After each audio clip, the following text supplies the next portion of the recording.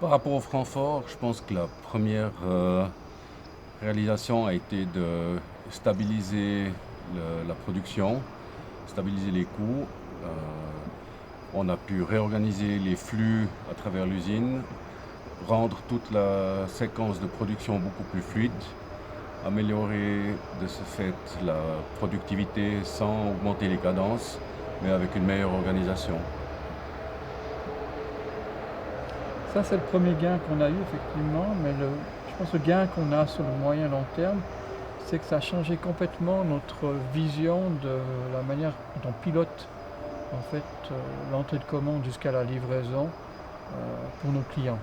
Et par là même, en fait, on a pu avoir des gains de productivité assez significatifs sur toute la chaîne qui aujourd'hui nous permettent d'être beaucoup plus réactifs, rapides, performants, tout en garantissant la qualité qui reste quand même un facteur clé de succès pour capitaliser sur la confiance de nos clients.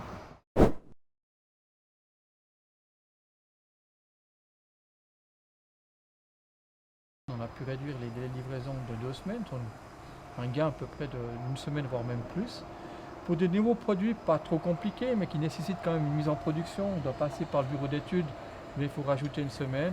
Et puis lorsqu'on a des traitements ou des achats un peu spéciaux qu'on n'a pas pu anticiper, ben c'est clair que là, il faut aussi compter une semaine de plus. Donc un client aujourd'hui, il a pour des produits standards un délai entre 2 et 3 semaines, ce qui est tout à fait acceptable et performant dans la situation actuelle. Et ça nous a permis par là même effectivement de réduire tous nos encours, mais aussi de réduire la quantité de produits qu'on a en stock. On a pu réduire notre stock, on a à peu près un demi-million de produits en stock.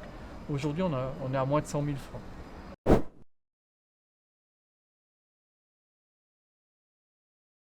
La réaction des gens était de dire mais on va augmenter la productivité, on va augmenter les cadences. Qu'est-ce que ce projet Lean va apporter au niveau du personnel dans l'entreprise? On s'aperçoit qu'avec une meilleure organisation, on arrive à faire plus, mais avec plus de calme.